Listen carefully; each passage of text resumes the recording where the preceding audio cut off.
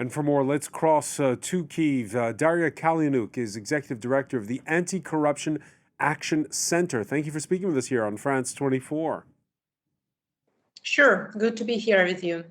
So, if we understand this correctly, it was a showdown between this young reformist defense minister and the head of the military.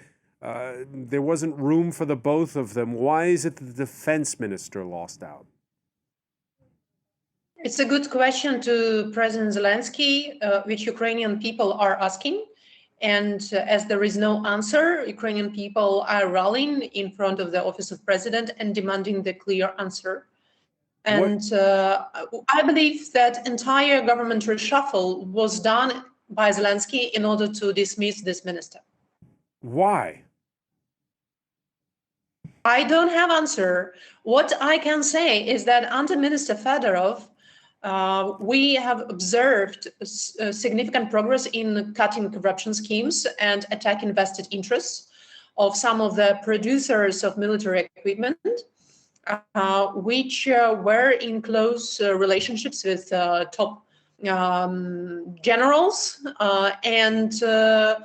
What Fedorov has done, he basically used data, open data and facts, and he challenged all that corruption schemes.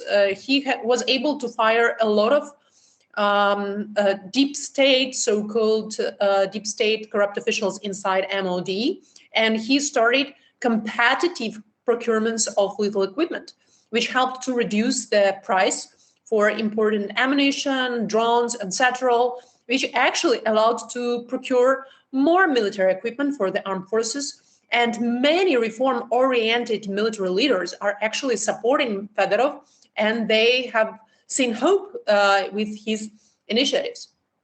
Now, there was an instance recently where the Ukraine government tried to loosen rules that had been put in place for corruption watchdog institutes.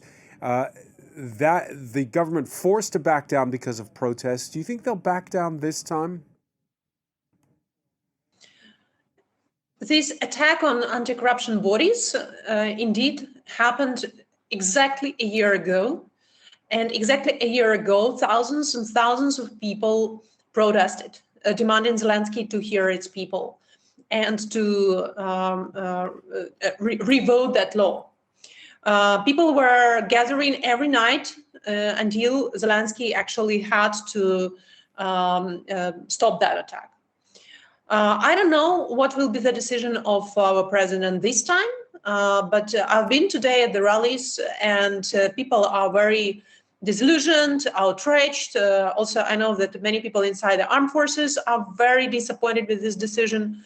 I don't think that for Zelensky it will be easy run to move on further and keep up to his decision to stay with old school general, commander of our armed forces, and refuse from innovations, effectiveness, and data-driven decision-making in our defense sector. Now, more and more of Ukraine's financial support is coming from the European Union. Do you expect the EU to weigh in? Well, it's our internal sovereign decision, obviously, but we do depend on the international support from our international partners.